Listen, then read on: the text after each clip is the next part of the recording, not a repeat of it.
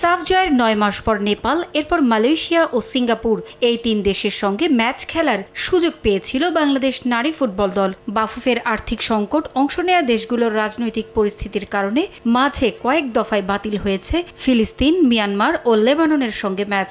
আগামী অক্টোবরে দেশের মাটিতে হবে আরও একটি সাফ চ্যাম্পিয়নশিপ। তার আগে প্রস্তুতির অংশ হিসেবে চাইনিজ তাইপের সঙ্গে ২টি ম্যাচ চূড়ান্ত করেছে বাফুফে। আগামী ৩১ মে ও ৩রা জুন কিংস অ্যারেনায় হবে এ ২ ম্যাচ। দেশে চলমান দাবদাহের মাঝে নারী দলের এ ২ ম্যাচ সহ আরও কিছু বিষয় নিয়ে জরুরি সভায় বসে বাফুফের নারী উইং। গরমের কথা বিবেচনায় ফ্লাড লাইটে ম্যাচ আয়োজন করবে ফেডারেশন। ৬ জুন অস্ট্রেলিয়ার সঙ্গে বিশ্বকাপ বাছাইয়ের ম্যাচ আছে জামাল ভুঁইয়াদের। পরপর নারী ও পুরুষ দলের ম্যাচ একই ভেন্যুতে হলেও কোনো সমস্যা হবে না বলে জানিয়েছে ফেডারেশন। চাইনিজ টাইপে আপনারা জানেন যে বাংলাদেশে আসতেছে ফিফা ফ্রেন্ডলি খেলার জন্য।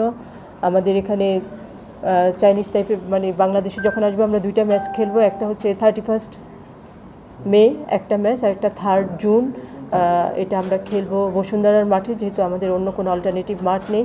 তো বসুন্ধরার সাথে কথা বলে ওইটা ওইভাবে কোঅর্ডিনেট করে নেওয়া হয়েছে। অবশ্যই ফ্লাড লাইটের আলো ট্রেনিং করার জন্য এখন আমরা ওই যে ন্যাশনাল টিমের প্র্যাকটিস, যেটা শেষের দিকে গিয়ে কিছু আবাহনীর মাঠে আমরা প্র্যাকটিস করাবো। সভায় উঠে এসেছে নারী ফুটবলের আরও একটি গুরুত্বপূর্ণ দিক। প্রথমবারের মতো বাফুফের কাছে কাউন্সিলর হওয়ার দাবি জানিয়েছে নারী লিগে অংশ নেয়া ক্লাবগুলো। নির্বাহী কমিটির সবুজ সংকেত পেলেই বাস্তবায়ন হবে ক্লাবগুলোর দীর্ঘদিনের স্বপ্ন। মহিলা ফুটবল যে যারা খেলবে তারা যেন কাউন্সিলর হয়, কারণ নারী লিগে যারা পার্টিসিপেট করে তারা কিন্তু ফাইন্যান্সিয়ালি খুব সাউন্ড টিম না। তো তারা ওই জায়গা থেকে মেয়েদের লিগে এগিয়ে আসে। আমরা যদি তাদেরকে রিকগনাইজ না করি তারা কেন খেলবে? তাদের কথা হচ্ছে এটা, এবং আমিও সেটা অ্যাপ্রিসিয়েট করি, তাদের দাবি যৌক্তিক। আমরা যদি কাউন্সিলর দেই তাহলে বড় বড় ক্লাবও তখন এগিয়ে আসবে। তখন বড় ক্লাবগুলো যখন এগিয়ে আসবে তখন স্বাভাবিক কারণে খেলার মান চেঞ্জ হয়ে যাবে। গেল কয়েক বছর ধরে কোনো রকম সুযোগ সুবিধা ছাড়াই লিগে অর্থ ব্যয় করে আসছে ক্লাবগুলো। নারী ফুটবলের প্রসারেই এ সিদ্ধান্ত বাস্তবায়ন প্রয়োজন বলে মনে করে ক্লাবগুলো। আমরা তো আজকে অনেক বছর যাবতই নারী ফুটবলে অংশগ্রহণ করে আসছি।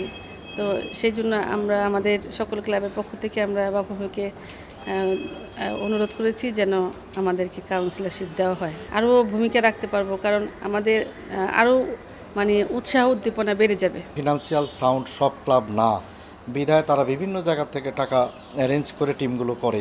মহিলা টিমে কিন্তু সবচেয়ে বেশি ফোকাস এখন। এই ফোকাসটা কন্টিনিউয়াসলি করার জন্য, এটাকে ধরে রাখার জন্য আমার মনে হয় কাউন্সিলরশিপ দিলে তারা সবাই উৎসাহিত হবে এবং আগামীতে টিম করার জন্য অনেক আবাহিনী মোহামেডানের মতো দলও চলে আসবে। পারভিন আক্তার, সময় সংবাদ, ঢাকা।